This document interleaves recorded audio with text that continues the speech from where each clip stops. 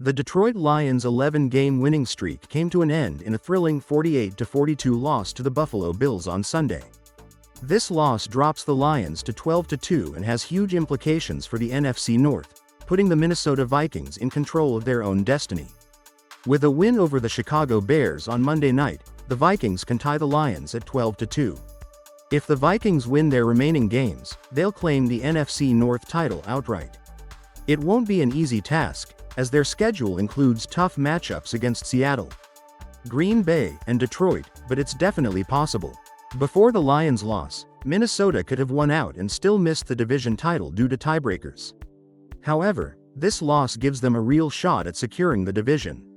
Now, the Week 18 game between the Lions and Vikings could be a winner-take-all showdown for the NFC North crown. The Lions are still favored to win the division, especially since they play the Bears next and have the crucial Week 18 game at home. But Minnesota is right in the mix.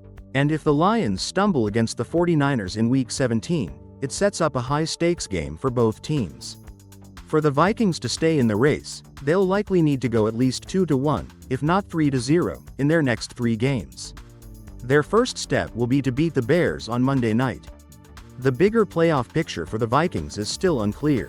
While they're in a battle for the NFC North, the number 1 seed in the NFC is still in play, though they may need to edge out the Philadelphia Eagles in a strength of victory tiebreaker. Sunday's Lions vs. Bills game was a high-octane clash between two of the NFL's top-scoring teams. They combined for 90 points and over 1,080 total yards, making it the highest-scoring game of the season. Buffalo jumped out to a 14-0 lead and never looked back, despite a valiant effort by Detroit. Jared Goff threw for a whopping 494 yards and 5 touchdowns, but it wasn't enough to overcome Josh Allen's MVP-caliber performance of 430 total yards and 4 touchdowns.